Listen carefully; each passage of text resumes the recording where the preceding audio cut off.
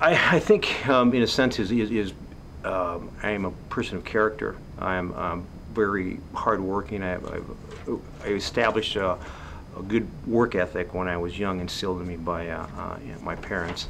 I take what I do very seriously, because I think law enforcement is a calling, and so I take my job incredibly serious, and I think I'm with the team that we built.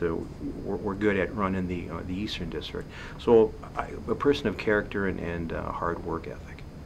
My background in history is I was born and raised in Minnesota, in southwestern Minnesota, right off Interstate 90, a small town between Blue Earth and Fairmont.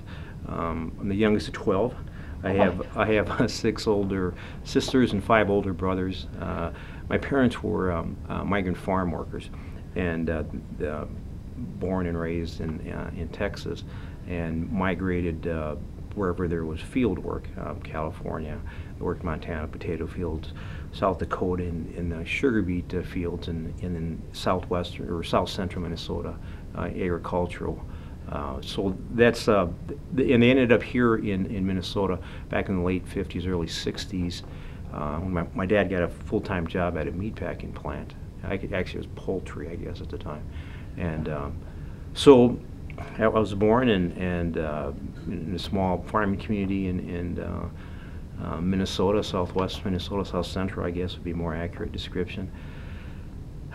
Went to college at Minnesota State Mankato. It was Mankato State back then, and started my police career in Minnetonka.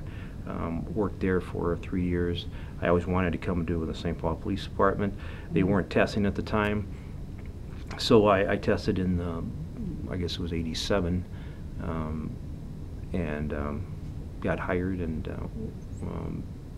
worked my way up the ranks, and went back to school, got a master's degree from Minnesota State Mankato in public administration, and that's kind of it in a nutshell.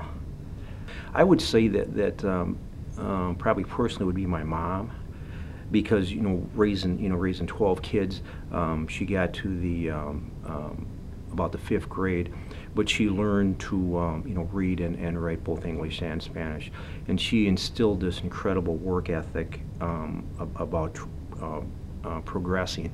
She said there's a better way of life than we have, and it's up to you to decide if what you want to do, and you can do anything you set your mind to, but you can't do it by yourself. And she instilled education, that you have to study hard, you have to get good grades, and you're going to have to try to go to to college. The more education you have, the more doors that opens for you as far as opportunities. So I would say I'd have to start with with her, and as was the youngest of 12, I was the first one to go to college, but since then I've had several of my brothers and sisters go and get either 2-year degrees or 4-year degrees. So I would say that it probably is my mom, and the things that she instilled was hard work ethic, having a strong faith, and then never forgetting where you came from.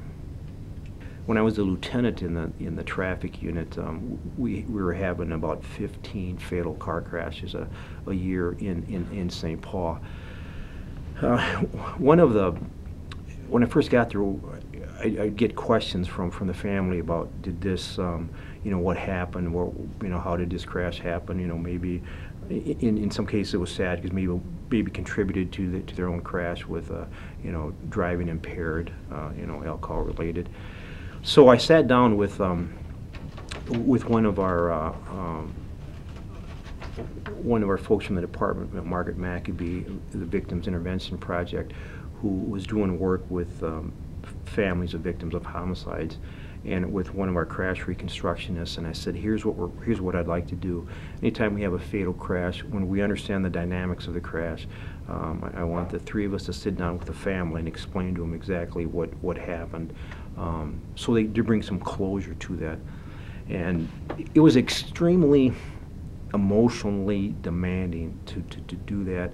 To meet, I thought it would take maybe half an hour, but I think our first meeting went like 2 hours with the family, and just explain to them exactly what happened, and it helped. It didn't bring their loved one back, but it gave them some answers that I didn't realize they were in desperate need of.